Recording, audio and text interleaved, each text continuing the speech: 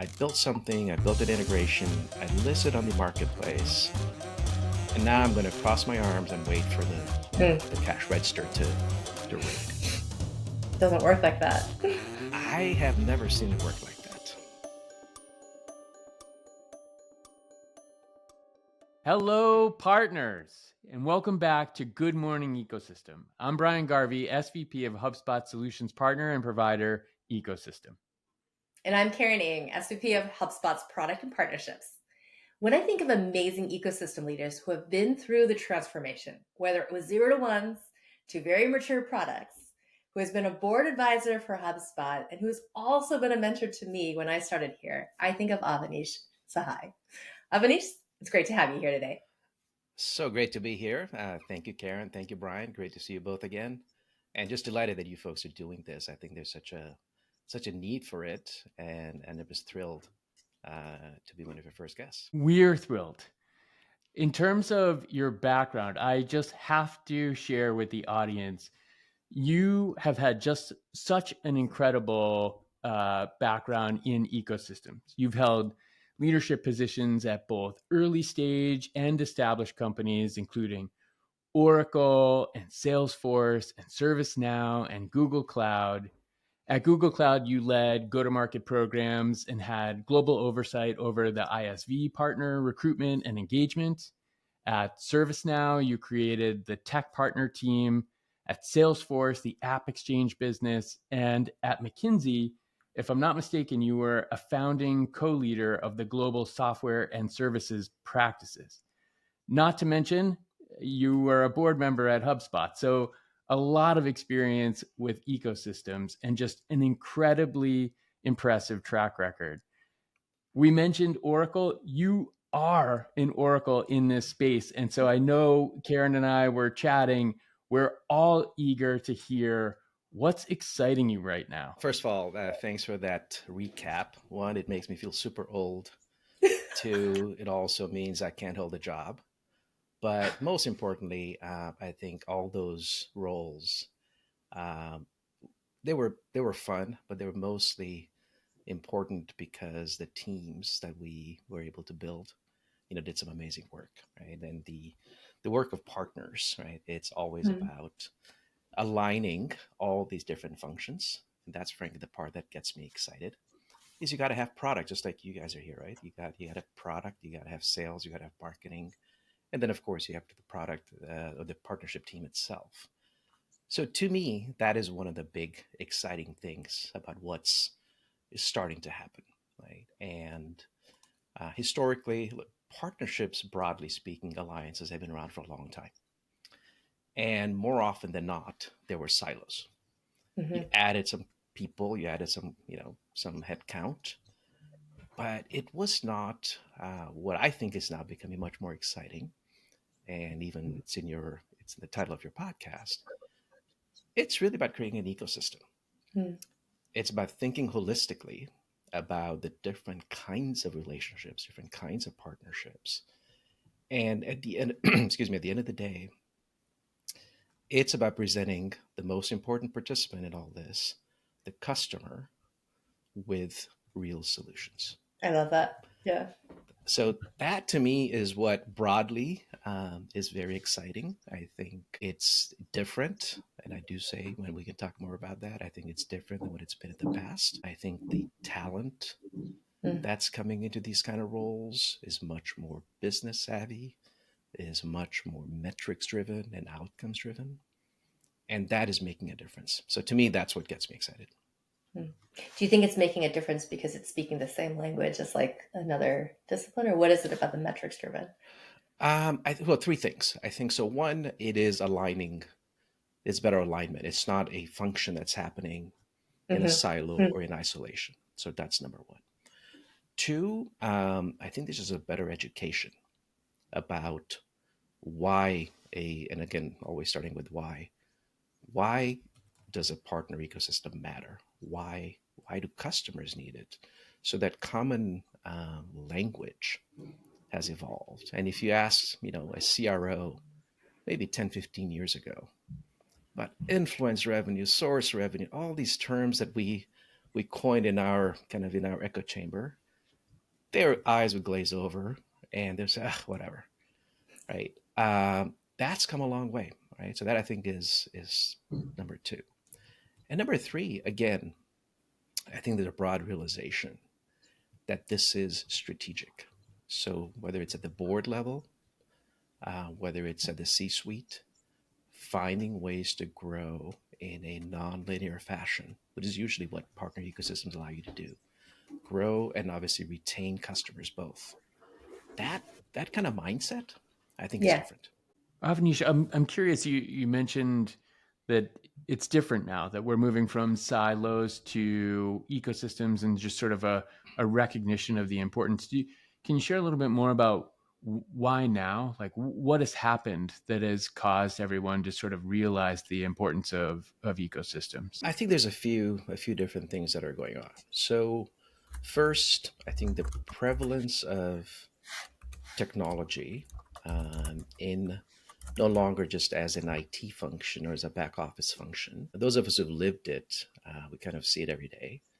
But if you put yourself in the shoes of a customer, technology is affecting every part of their business, whether it's the customer facing piece where HubSpot plays a key role, whether it's the back office, whether it's the employee engagement, etc. So the central role of technology broadly in terms of improving experiences, in terms of improving productivity, etc., I think that's obviously changed a lot over the last 20, 30 years.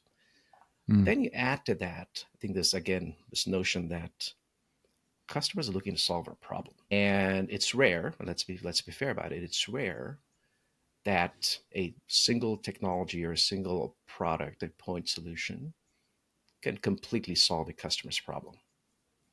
And therefore, they need, and I do mean need, it's not like they want, they need to really think about this more holistically, right? They need Yeah. services partners, right? They need technology partners. They may have a different buying model that they need they may want to engage with a reseller. All those pieces have to come together to deliver that solution. So I think to me, that's the big imperative of what's changed. And again, you can look at it at different sizes of companies. You can look at different industries, different geographies. The role that tech is playing is just mind-boggling. Yeah, you mentioned it's this way to grow in a non-linear fashion, and that, within this ecosystem, which one do you push on first? Mhm. You've worked on so many different types of platforms. Like, how do you decide in which one of those, like, which kind of those partnerships do you push on? Yeah, I think that's one of the most frequent challenges or questions that comes up, right, as you think about where to start. And one approach is, hey, you peanut butter it and you sprinkle a little bit of focus everywhere, which means exactly no focus on anything. I think the key question to ask there is, what's the first and most critical problem you're trying to solve for? Right. In some cases, it could be, look, we've grown, our product is maybe more complex, and therefore we need a different class of partners to help us with delivery, as an example, right? So uh, we, as an organization, whoever we may be, don't feel like we should be delivering all the professional services and other aspects of delivery, and we want to, bring that expertise and have third parties who can both engage with the customer, deliver it perhaps with a different economic model than we have as a software company, as a platform, and then engage and retain that relationship. So sometimes it's a services partner. Other times it's a more arm's length relationship, right? Which is, like I said earlier, some customers really want to buy it through a channel partner. They've Like got the reseller economic channel. reasons, so they need the reseller channel. If you're serving a particular segment, you're serving a particular geography, or maybe a government sector, you kind of have to engage with them, right? The U.S. government requires you to go through a kind of a contract vehicle or a channel partner. So you've never done that before, and you're all of a sudden you're facing that as one of your big targets. Guess what? You got to figure that out. And the other times it's a, hey, what we do solves a problem, but we can solve a more significant problem with a more complex workflow with a tech or integration partnership. That's yet another. So I think it really varies by maturity of the company, maturity of the offering, And candidly, I think more often than not, it's the customers Yeah. who What do they want to do? drive where to start. Yeah. How Kind do of you think keeping about that. distribution as a challenge? And then what maps to those kind of partnerships? Yeah. So again, distribution can come in many different forms, right? So there Hmm. could be a more of an arm's length relationship. But the reality of it is, let's be very candid. In the world of cloud and SaaS that we're living in, you can't really be completely independent. It just ain't happening, right? There is this kind of symbiotic relationship that you have to have. There's never an arm's length distribution like it used to be, in the on-premise world, right? Which was, I'm old enough to remember when we used to ship tapes or CDs or even DVDs with code on them. We don't do that anymore, right? That was real physical distribution, and there was a whole bunch of different models that came out of that. So now I think is again thinking through what are we trying to solve for, but how are different customers or customer segments buying, and is a distributor who've been around for a long time. I think many of them are kind of rethinking, reinventing their business models. Historically, most of them did, frankly, they sold boxes and hardware and added some services around that. Now, again, the world is changing, and they may have opportunities to kind of become aggregators of different SaaS-based or cloud-based solutions and bring those to market too. But I think personally, I think the jury is still somewhat out on that one, and what role or roles will they actually play. Makes a lot of sense. One of the things I love about what you shared was just how prominent the customer is in the importance of partners, and that the evolution of partner programs and ecosystems really does work from the customer back. Mhm. And it provides kind of a scalable, extensible mechanism to help customers grow better. As we do that, as HubSpot and other platforms lean into ecosystems, and there are potentially multiple partners working with a customer, how do you avoid sort of the complexity that can arise from having multiple partners involved in a single customer? Or Yeah, I mean that is, I think, probably one of the areas that I wish there was a magic wand. There isn't. It's complex. As kind of the orchestrator of that ecosystem, whoever is at the center of that pie, kind of really has to play that role, right? Of both being the orchestrator and kind of figuring out what is the right configuration to engage with a particular customer or a particular industry, but frankly also establish some of the rules of engagement, right? Mm, And what are some of those constraints? What are some systems they may need to put in place, such as deal registration and so on? So that again, from the customer's perspective, what you don't want is this morass of all these different people showing up and everybody trying to get their piece, right? That's not helping them solve their problem. Back to that point. mm, So I think orchestrating that and saying, look, this is what a complete solution offering looks like for your environment, your industry. Yes, there may be one or two or three options, but here's how we're being a little bit more prescriptive. And frankly, a bit of curation sometimes is necessary as well. Doesn't necessarily yeah. mean picking winners, but it means understanding the customer's business and Hmm. saying, here's what we think is required to build a kind of a more complete solution, both product and services and so on. But Right. it Taking is a it look at is the a it's a customer. perennial issue. Mhm. Sorry, Karen. Yep. Oh, I was going to say, like it. I love that's back to the customer. It's what the customer needs. They might be more of a technical set of customer or have different, mechanics. We Yep. work with so many different customers in different industries, and they just have different needs. So, Exactly. Yeah, we can. Yep. Again, this is, I think, core to the mhm. HubSpot story. It's core to the places I've worked at before. You can never go wrong by starting with the customer. What were the unique challenges that you saw at ServiceNow versus like potentially even an app exchange when it started? But what shows Yeah. up? Look, there's a lot of different things you have to reconcile, right? So again, part of the fun of something like this is it can be very strategic, but it also creates with that an element of, as you kind of move more into that strategery phase, what's the build versus buy versus Mm. partner strategy for an organization? And often, one of the things that's important to establish is, hey, here's our roadmap. Here's, as we, as the platform provider or the kind of ecosystem orchestrator, here's our roadmap. Here are the things that we know we're going to do. Here's things we may do. Here's things we're keeping our options open, Yeah. right?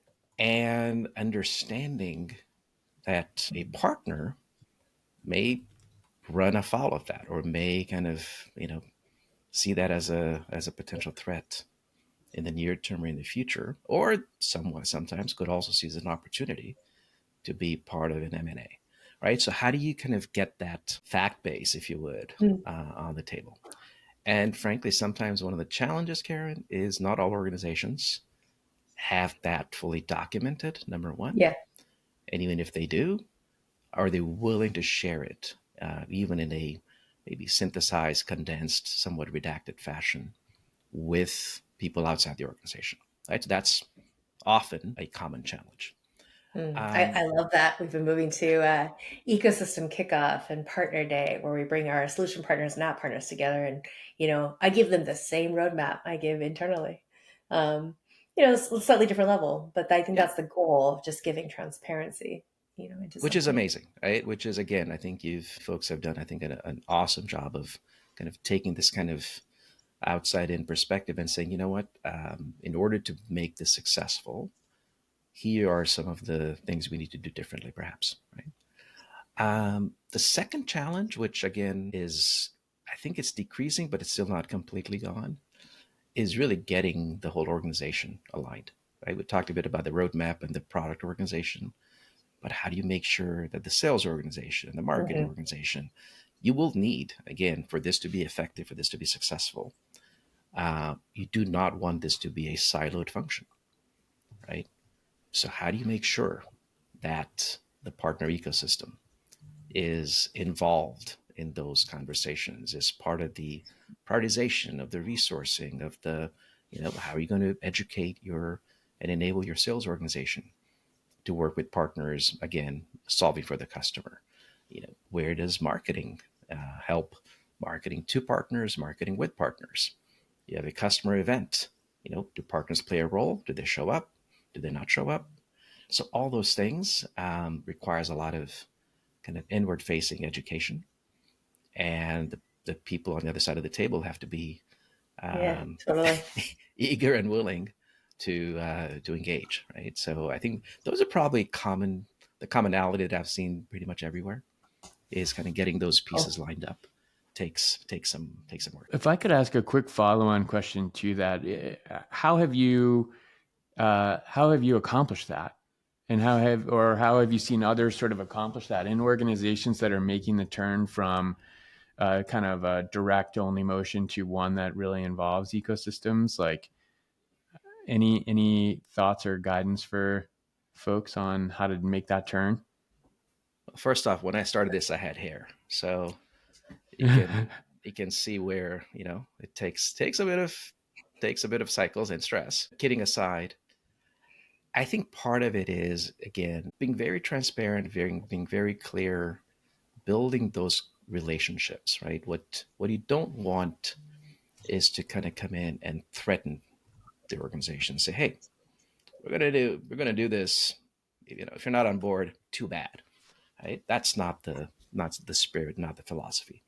So typically, I and people on my team and my leadership team would usually spend a fair amount of time building connections, engaging with all those other parts of the organization, educating them about, wait, what are we trying to do? Have a conversation about what are their sources of potential, risk, or are they what they're worried about? Making that, creating empathy with the rest of the organization, I think is job one. And as a leader, obviously you want to make sure that you're really using that process to kind of get input, to refine your program, to design it in such a way that it addresses some of those potential concerns, and then what are the ways to mitigate it or reduce the risk and so on. And then, of course, take all that and flip it to the outside. And how do you communicate that with your current and prospective ecosystem partners? Mhm.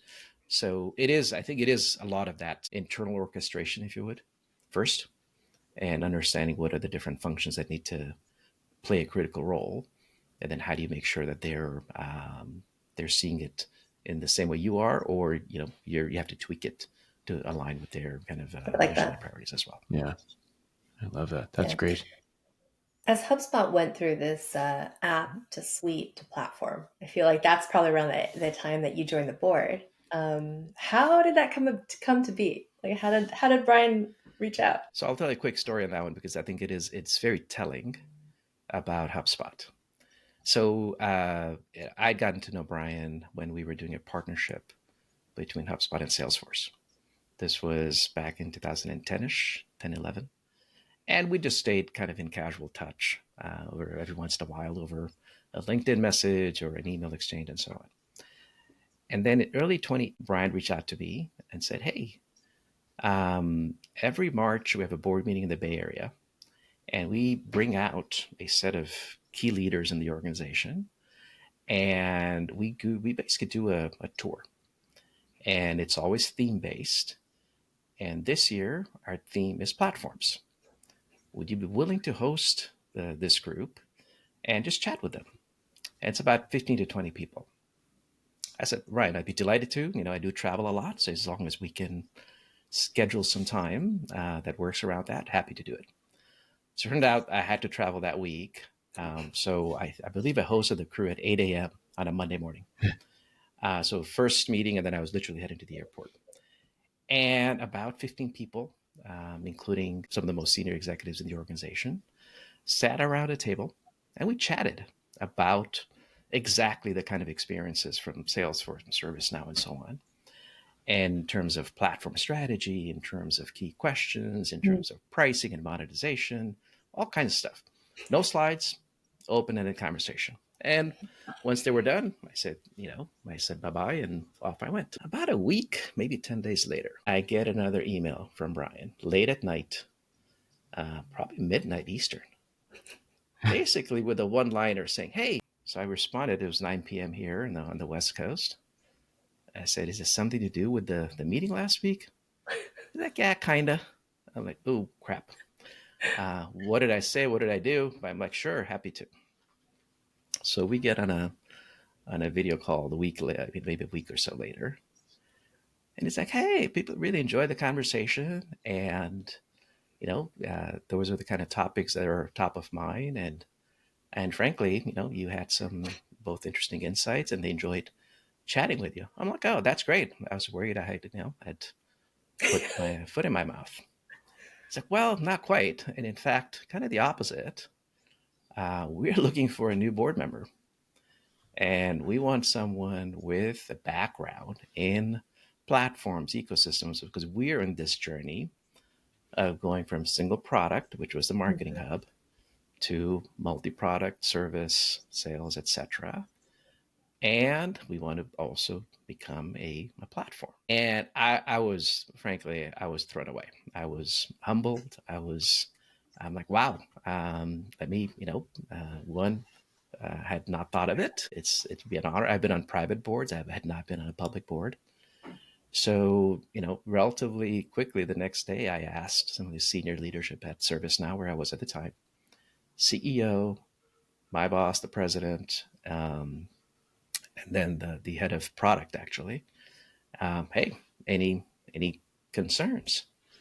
And our CEO at the time, John Donahoe, who was himself on multiple boards, he literally responded within minutes. He's like, hey, this is fantastic. As long as we don't compete with them, which I don't think we do, I would like my senior leadership to be on different boards because you learn a lot. So within that time, I had the okay to put my name in the hat. And then I met some of the other board members. And about 3 or 4 weeks later, I got the green light. So it's great. Again, it is very HubSpotty, right? It's like, hey, nothing. It was very much the relationship, right? And kind of making sure that there was alignment, and whatever 15 people who showed up. I found this out later. they actually rank all their meetings when they do these tours. And luckily, I passed the test. So I We're don't know all if we very rank them grateful. anymore. Yeah, we definitely um, do the field trip still. yeah. Yeah. So no, it was fun. It was again, it was a fantastic 5.5 years. Learned a lot, and it's been truly even more fun to see this evolution of the stuff that you guys are now doing coming together, because I think it's a sign of how the company listens and kind of incorporates things, and then does amazing job of execution. Brilliant. I would say we are all grateful. We have all benefited. Everyone who's listening, I think we have been building on the ideas that you shared, and that's why we're here today. It's very exciting. So, thank you. Oh, that's great. Absolutely. One question that I would have.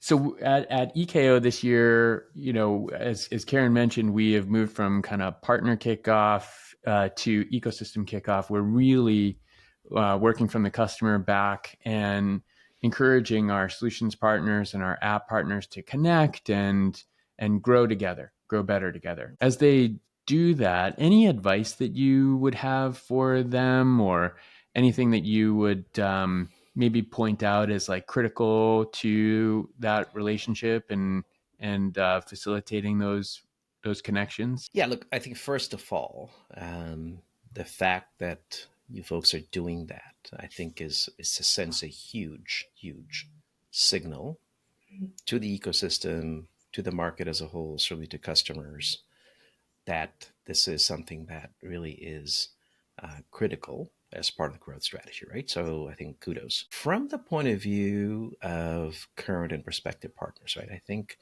one, it's really thinking through, how can they bring the most value, right? So it's the understanding that the goal of all this is, again, it's to solve for the customer. And in order to do that, what role or roles can they play that are accretive or additive, rather than kind of a mindset of, hey, it's a win-lose type of situation. So I always try to, frame it as it's got to be a win-win-win. Win for the customer, win for the partner, and win for the orchestrator of the platform. If that's not the mindset, then it's not going to work out very well. So that's, I think, one kind of key point. There's been times where you're sitting, particularly in the app partner world, there is this notion of, hey, I built something, I built an integration, I listed on the marketplace, and now I'm going to cross my arms and wait for the cash register to ring. Doesn't work like that. I have never seen it work like that. It may work like that in a few consumer app stores, maybe, but in the business world that we live in, the build it and they will come doesn't fly. So if they're not thinking through the overall go to market, and I think it applies to solution partners, it applies to tech partners, it applies to everybody, right? You still have to do your work. I think reminding everybody that this is a way to accelerate, yes, but it still requires a lot of work, Yeah. messaging, positioning, go to market resourcing, etc. And then third, which again, I think all of us who live in the world of SaaS, and you guys can double confirm this, it's not just about getting the customer and acquiring the customer, it's about retaining the customer. And what role or roles are those ecosystem partners going to play in that, right? And how do we make sure that the customer is actually getting the value that's Value. promised? Yeah. And then how do you grow that, grow the relationship, grow the value? So those are, again, there's no rocket science there, uh, but it's often that I find that people kind of forget those first principles. You mentioned that, just putting in there, you have to do a lot of work. When it comes to things like go-to-market strategies, how do you think of recommendations for partners on that? Or how do you think partners should be shifting their go-to-market strategies now? Yeah, I think, again, depending on who the partner is and kind of where they're coming from, this may be a new motion for them as well, right? Mm-hmm. So, what I find is encouraging is there's just a lot more content. There's, talk to others, meet people, understand from, even frankly, sometimes from your competitors, understand things that have worked, things that haven't Mhm. worked. Are there mechanisms that, or programs or things that have been around that you say, hey, never done that before, which is fine. There's probably others who have, right? So really get comfortable in knowing what you don't know, and then ask others who've been down the road before and say, hey, help me out here, right? Mhm. Or help me think this through, right? So that I think is a big part of that. Two, and again, nothing shouldn't be a surprise. It's a long game, right? It's not a switch that you just flip on and all of a sudden everything starts to work. So having the ability to say, look, I'm going to make the investment. I'm going to have to course correct. We talked a lot about metrics. Those metrics will evolve over time. So how do you make sure that you know how to understand the direction you're in? What's your North Star? And then tweak things along the way, right? So I think those are just, again, kind of first principles. But the more you can kind of get input into that process from people who've been down the journey, I think the less surprises and the better expectations you can set. What are you guys seeing in the Brilliant. ecosystem from your point of view that kind of are those the type of things, the kind of concerns that you're seeing from some of the partners that you're engaging with? Yeah, definitely. I think you're Karen, hitting on other a lot of than them. Yeah, I think you're hitting on a lot of them. I think ultimately, and this is where we're seeing things work well as well. When you put the customer at the center, like, and just recognize it's not about us getting a piece of the pie. It's about the customer getting the right solution, and that might mean different solution partners or app partners, but it's a Yeah, different combination. yeah, I think that's one. I think we see some that as they come into the marketplace, they're really hoping for this grand motion, and we do see uplift and, for instance, mhm, leads and just things that we can do as a yeah, marketplace. But that's not it, and that's not all. Like yeah, there's a set of things that happen underneath. I like how you put the point of orchestration. That's what we're hoping for. How can we help orchestrate conversations and relationships? How do we orchestrate transparency into which app partner or which solution partner makes sense for which customers? Those kind of things are really key. yeah, But it's on yeah, a lot yeah, of our partners' minds as yeah, we evolve as yeah, well. yeah, Brian, go I ahead. think we observe. I think we observe a lot of the infrastructure sort of evolving and maturing. I think we've seen solutions partners and app partners work together for a long time, and what mhm, we're observing is as you mentioned, the rules of engagement, the technology Mhm. they use to drive connections and collaboration is evolving. Their methods, their joint go to market is really coming along, yeah, and we're also sort of seeing a proliferation of that throughout the ecosystem. More and more partners are leaning in. Again, I think to your point, because customers are at the center of their go to market motions and they're solving for ever increasing customer opportunity and growth. So that's been really exciting for all of us. cool. And Yeah, again, it's a yeah, journey, right? It's not a yeah. it'll it'll keep evolving over time. So Well, really awesome. exciting. Avanish, thank you so much for joining this incredible conversation. We look forward to just building on your insights, both internally and externally. Thank you again for having me. Yeah, we've loved this conversation. Thank you so much. We will be back next Tuesday with more Good Morning Ecosystem wherever you get your podcasts. Until then, grow better together.